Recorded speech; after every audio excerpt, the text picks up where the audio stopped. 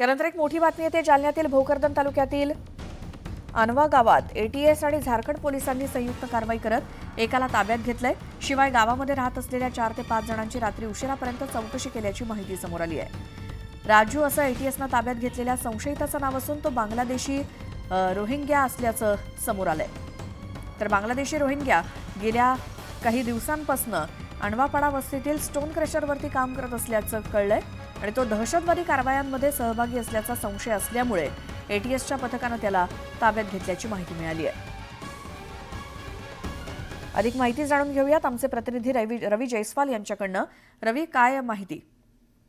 आपण जर बघितलं तर जालना जिल्ह्यातल्या भोकरदन तालुक्यातील अनवा गावात एटीएस आणि झारखंड पोलिसांनी संयुक्तरित्या ही कारवाई केलेली आहे। मागच्या काही दिवसांपासून एका ट्रेन क्रेशरच्या मशीनवर काही लोक जे आहेत ते काम करत असल्याची माहिती जी आहे ती मिळाली होती आणि ते सगळे जे आहे ते बांगलादेशी असल्याचा संशय जे आहे ते एटीएसच्या पथकाला होता आणि त्यानंतर रात्री उशिरा जे आहे ते एटीएसच्या पथकानं आणि झारखंड पोलिसांनी जे आहे ते त्या ठिकाणी छापा टाकत कारवाई केलेली आहे। त्यामध्ये 3-4 जणांना त्यांनी चौकशीसाठी ताब्यात घेतलं होतं आणि त्यानंतर चौकशीनंतर एका संशयिताला जे आहे ते एटीएसनं ताब्यात घेतलेला आहे आणि तो बांगलादेशी रोहिंग्या असल्याची माहिती जी आहे ते समोर आलेली आहे। काही दिवसांपासून हे सगळे जे आहे ते या स्टेन क्रेशरवर काम करत होते आणि त्यानंतर पथकानं जे आहे ते या ठिकाणी जाऊन कारवाई केलेली आहे।